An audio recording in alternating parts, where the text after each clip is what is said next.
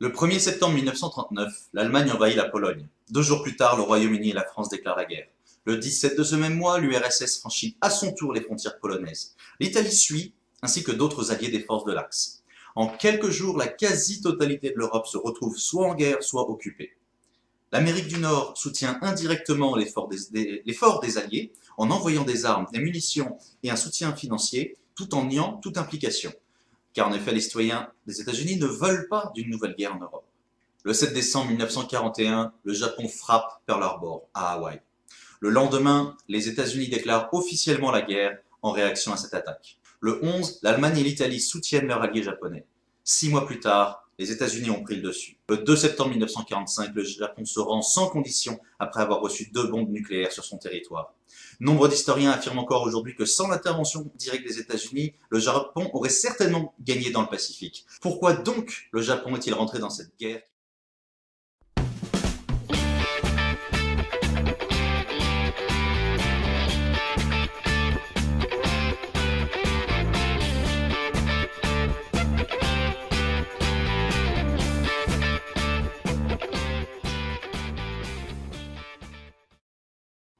Pour le comprendre, et parce que tout sujet d'histoire est généralement bien plus compliqué qu'il n'y paraît en surface, il nous faut revenir en 1852, avec le réel début de l'affrontement entre les États-Unis et le Japon. Depuis l'arrivée des Européens dans le Pacifique 3 siècles plus tôt, le Japon gardait ses frontières pratiquement complètement fermées. Pendant plus de 200 ans, un seul port restait ouvert au seul commerce avec la Chine et les Pays-Bas, Nagasaki. L'empereur régnait sur un système politique féodal appelé shogunate. Avec la révolution industrielle en Europe et en Amérique du Nord, les Occidentaux cherchent à étendre les concepts de liberté tels que développés lors des siècles des Lumières. Les Britanniques et les Français colonisent l'essentiel de l'Afrique et de l'Asie, favorisant le commerce international. Les États-Unis s'étendent vers l'ouest. En 1848, la victoire sur le Mexique ouvre une gigantesque porte commerciale avec l'obtention des ports de Californie. Souhaitant se détourner de l'Europe, cette nouvelle Amérique regarde vers le Pacifique. Les navires européens et américains deviennent très fréquents à cette période, attirés par le commerce avec l'immense Chine. Alors que ces opportunités commerciales auraient pu intéresser les Japonais, le pays se souvient avec horreur des guerres napoléoniennes. Et oui, nous parlons bien des guerres qui ont suivi la Révolution française de l'autre côté de la planète. En 1808, les navires néerlandais sont acceptés à Nagasaki. Or, ce pays était conquis par la France. Pour affaiblir économiquement l'empire de Napoléon, l'Empire britannique chercha à affaiblir le commerce de ses alliés dans le monde.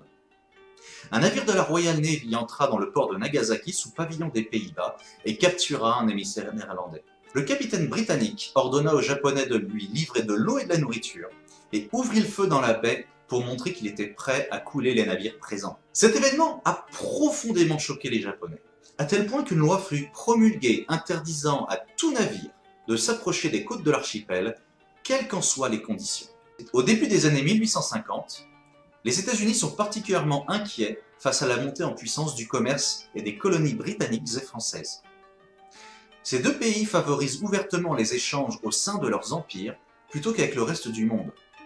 Et le président américain Millard Fillmore s'inquiète de leur domination possible sur le commerce du charbon dans le Pacifique, ressource désormais vitale dans ce monde qui se modernise à toute vitesse. Afin d'ouvrir de nouveaux ports commerciaux, il ordonne au commodore Matthew Perry de mener une mission diplomatique au Japon avec l'autorisation d'utiliser la force militaire si nécessaire. Pour montrer sa détermination, le commodore ouvrit le feu sur des bâtiments dans la baie de Tokyo. Les Japonais n'avaient alors que des canons en bois pour se défendre face à l'artillerie américaine moderne. En 1854, le Japon se retrouve obligé d'ouvrir certains ports aux navires américains, puis de faire exactement la même chose de 1855 à 1860 pour les navires français, britanniques et russes. Cet événement fut un choc sans précédent pour le pays du soleil levant. Afin de se prémunir contre de nouveaux événements similaires, les dirigeants du Japon cherchèrent à moderniser leur équipement militaire, ce qui nécessitait l'arrivée de nouveaux étrangers pour apprendre les technologies de l'époque et les stratégies pour les utiliser. Des émeutes et des meurtres de commerçants européens et la destruction de bâtiments occidentaux commencèrent à se dérouler dans les principaux ports et contre les Japonais qui souhaitaient cette ouverture, désormais vus comme des traîtres. Face à ces menaces et à la montée d'émeutes dans le pays, la France, le Royaume-Uni et les Pays-Bas lancèrent plusieurs campagnes de répression contre les paysans japonais de 1863 à 1865. Un début de guerre civile menaça les tentatives de modernisation de l'armée. Il faudra attendre l'arrivée au pouvoir de l'empereur Meiji en 1868 et sa victoire en 1869 pour que l'archipel retrouve une paix temporaire. L'Empire du Japon était né.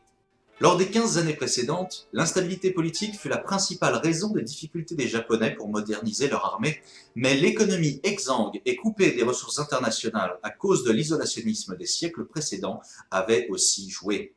Meiji permit progressivement la mise en place d'une constitution donnant des droits et le droit de vote aux citoyens masculins sur la base d'un suffrage censitaire. Ces réformes permirent de moderniser le fonctionnement de l'État.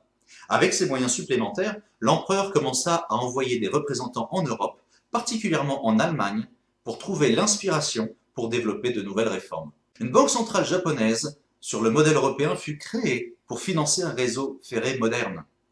La première ligne de train fut ouverte en 1872. Les premières industries imitant ce qui s'observait en Europe apparurent d'abord dans le textile, permettant une augmentation de la production de plus de 1300% en 10 ans. Meiji favorisa l'arrivée de milliers d'experts occidentaux pour accélérer le processus de développement technologique sans avoir à passer par les années de recherche et de découverte dont les Français, les Anglais et les Américains avaient eu besoin. En 1885, un réseau télégraphique complet permet de communiquer pratiquement instantanément entre toutes les grandes villes de l'Empire. En 1890, seulement 21 ans après la fin de la guerre civile, le Japon était devenu le premier pays d'Asie industrialisé à un niveau similaire à ce qui se voyait dans la plupart des pays occidentaux, avec une économie capitaliste moderne, désormais sur les rails. L'une des plus grandes faiblesses du Japon pour subvenir aux besoins de sa modernisation était la grande pauvreté de l'archipel en ressources. Couvert pour 73% de son territoire par des montagnes, ses ressources naturelles sont négligeables en dehors de la pêche et du ver à soie. L'acier et le charbon, les deux piliers de l'industrie du XIXe siècle, dépendaient fortement des importations. L'empereur Meiji mit en place une politique complètement opposée à celle qui était historique à son pays. Avec ses envoyés en Europe et la venue des spécialistes étrangers, il permit le développement d'une force commerciale rapide en mesure d'être en compétition avec les plus grandes puissances occidentales. L'association des politiques de libre-échange et d'accords gouvernementaux, en particulier avec le Royaume-Uni, permit l'entrée massive des ressources nécessaires aux transformations du pays. L'économie rapidement grandissante permit de conserver une balance commerciale positive. Les ressources importées étaient transformées puis exportées sous forme de biens finis, ayant une valeur ajoutée très supérieure aux matières premières. En 1930, les commerçants japonais représentaient la troisième plus large flotte commerciale au monde. Dans le même temps, les élites de l'Empire n'oubliaient pas les catastrophiques années de 1850 à 1870. Au fur et à mesure de la modernisation de l'armée permise par le développement économique, ces élites commencèrent à voir les politiques militaires occidentales du milieu du XIXe siècle comme un modèle à suivre. Le concept de devoir de civiliser les pays et les peuples moins développés s'intégra particulièrement bien avec le discours nationaliste dont il se servait pour créer une conscience nationale japonaise qui, à l'origine, devait servir à éviter une nouvelle guerre civile. Surtout, la conquête de nouveaux territoires et le développement d'États clients étaient vus par les proches de l'empereur comme une solution idéale pour éviter toute nouvelle dépendance aux puissances occidentales, particulièrement dans le cas où de nouvelles guerres, telles que les guerres napoléoniennes ou la guerre de sécession en Amérique du Nord, ne viendraient briser le commerce international dans le Pacifique. La première tentative se fit dès 1874, seulement 5 ans après la fin de la guerre civile, avec l'organisation d'une mission militaire punitive contre l'île de Taïwan, à la suite du massacre de marins des îles Ryukyu en 1871. L'empereur affirma en 1872 que ces îles étaient désormais inféodées au Japon. Après cette opération plus géopolitique que militaire, conduite avec succès, parvenant même à recevoir le soutien du Royaume-Uni face à la Chine, Meiji put annexer ce petit archipel en 1879. En 1874, le Japon tourna son regard vers la Corée. Historiquement protégée et contrôlée par la Chine, la rivalité grandissante entre ces deux puissances était exacerbée par la tentative chinoise de se moderniser avec une stratégie similaire à celle de Tokyo et la recherche continuelle de nouvelles ressources par le pays du soleil levant. L'expédition de Taïwan aggravait encore les tensions. La rapide montée du nationalisme crée un mouvement populaire en faveur d'une action armée en Corée. Ce pays était à l'époque fermé sur le commerce avec le Japon et les puissances occidentales sur ordre de Pékin. En 1876, Tokyo mit en place l'exacte même stratégie que le président américain Millard Fillmore avait autorisé en 1852, l'envoi de quelques navires équipés d'une artillerie moderne pour tirer sur des bâtiments et des fortifications coréennes contre laquelle les défenses terrestres ne pouvaient rien faire par retard technologique. Impuissante face à ces armes, la Corée présenta officiellement ses excuses pour la fermeture de sa frontière. Le Japon déclara l'indépendance de la péninsule de tout autre pays et la fin de statut de nation tributaire à la Chine. En 1890, le Japon devient le premier pays asiatique industrialisé. Il possède la plus puissante armée terrestre et maritime du Pacifique, si l'on met de côté pour le moment les puissances occidentales. Il est en mesure de garantir l'indépendance d'un pays frontalier à la plus large puissance mondiale, la Chine. Tout ceci a été réalisé en 20 ans, dans l'objectif unique de moderniser son armée pour se protéger des agressions européennes et nord-américaines. C'est l'élément central qu'il ne faut pas oublier ici. Tout ceci est fait à l'origine pour répondre à l'incapacité des Japonais à continuer à appliquer leur tradition isolationniste. Ils n'ont plus de menaces locales directes en Asie. Ils commencent à dominer le commerce et ont les moyens d'envoyer leurs armées par-delà les océans. Leurs relations avec les États-Unis, la France et l'Empire britannique sont passées d'ennemis à proches partenaires commerciaux. Les liens diplomatiques établis par Meiji portent leurs fruits et ses représentants ne sont presque plus vus comme des membres d'une culture inférieure. Enfin, l'empereur voyant désormais l'ouverture du monde comme une chose positive, il autorisa l'émigration à partir de 1885 avec un contrôle strict mais permissif pour s'assurer du nationalisme pro-japonais de ceux prêts à aller vivre à l'étranger. L'explosion de la natalité sur l'archipel faisait que ces départs ne menaçaient plus la grandissante puissance du pays. Cette politique d'émigration qui avait pour objectif affiché de créer une large diaspora représentant les intérêts économiques du pays fut particulièrement efficace aux yeux des élites de Tokyo.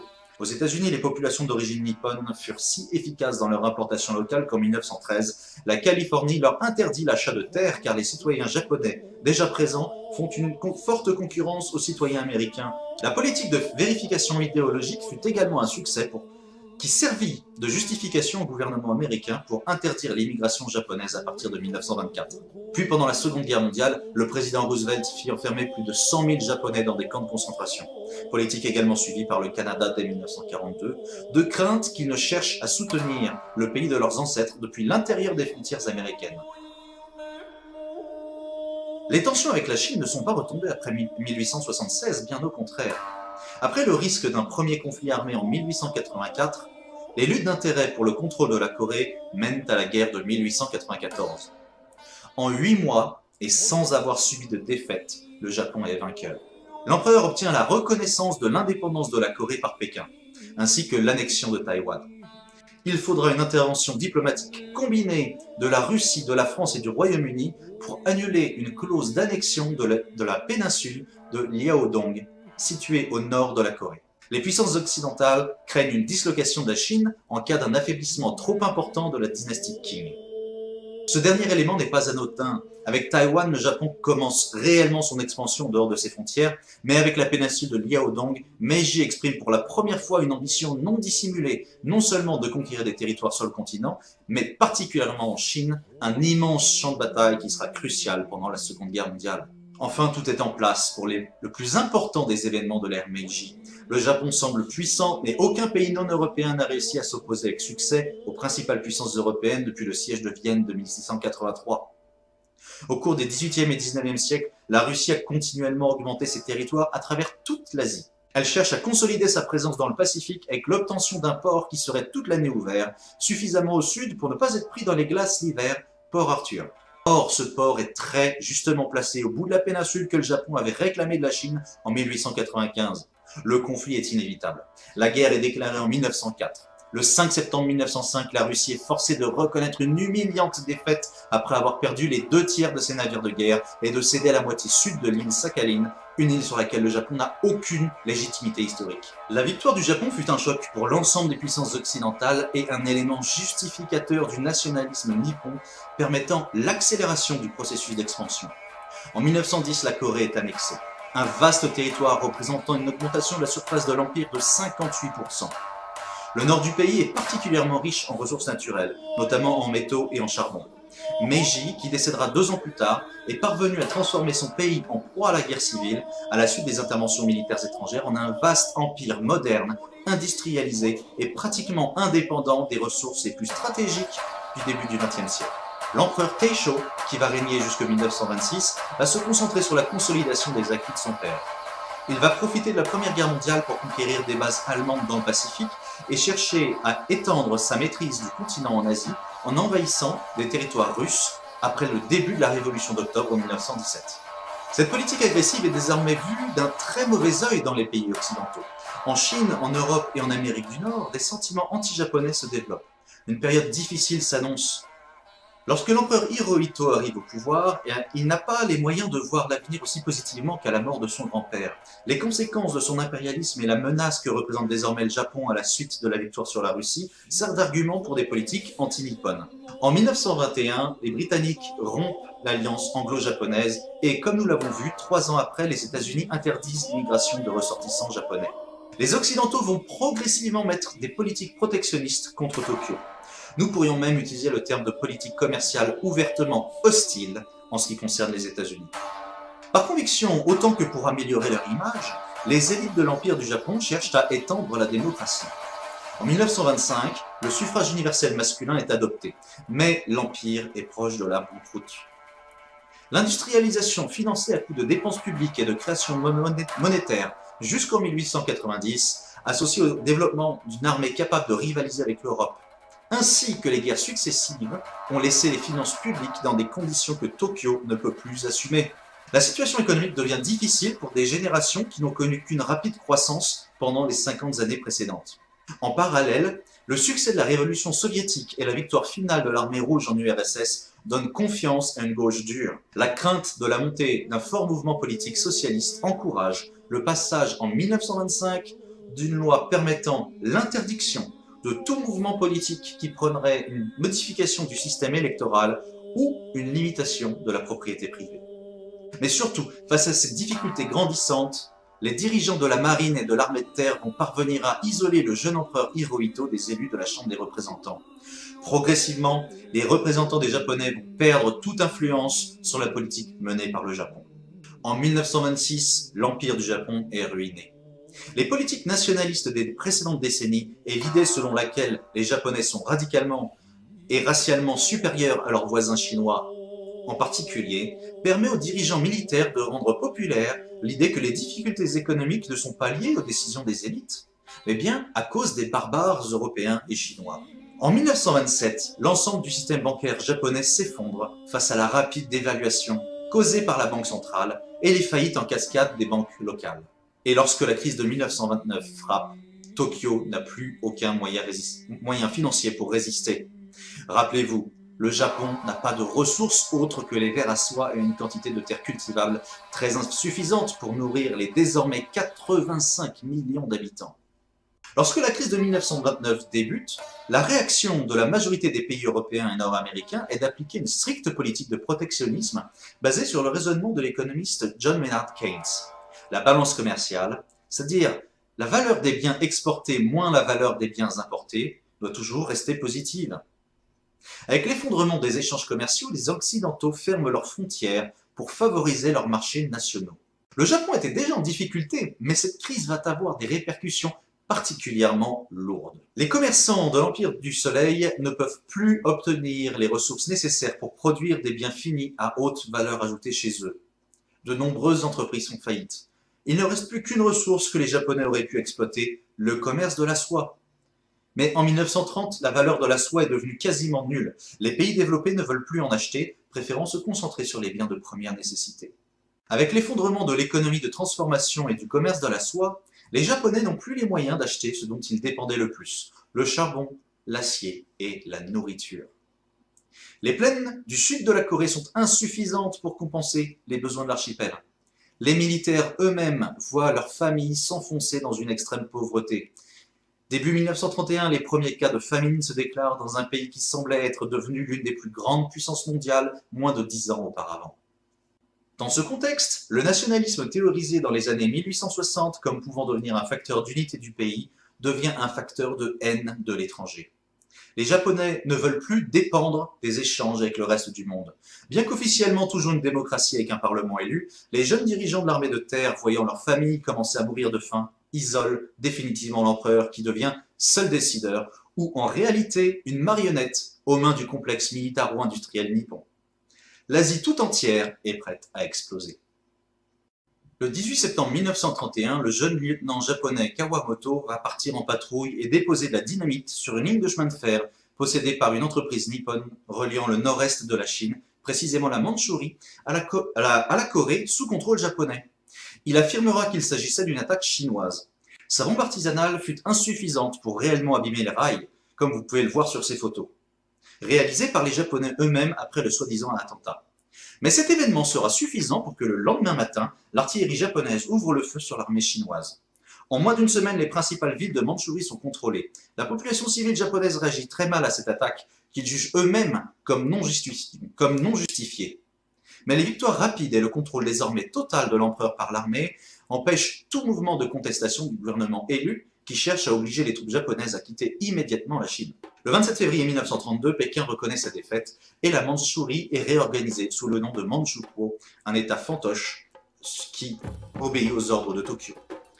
Cette opération sera finalement jugée comme un grand succès une fois la victoire acquise. La Mandchourie représente en termes de surface plus de 4 fois la surface du Japon et est riche en ressources naturelles. Ces larges plaines permettent à l'armée d'envoyer des centaines de milliers de Japonais dans ce territoire pour le coloniser et le développer.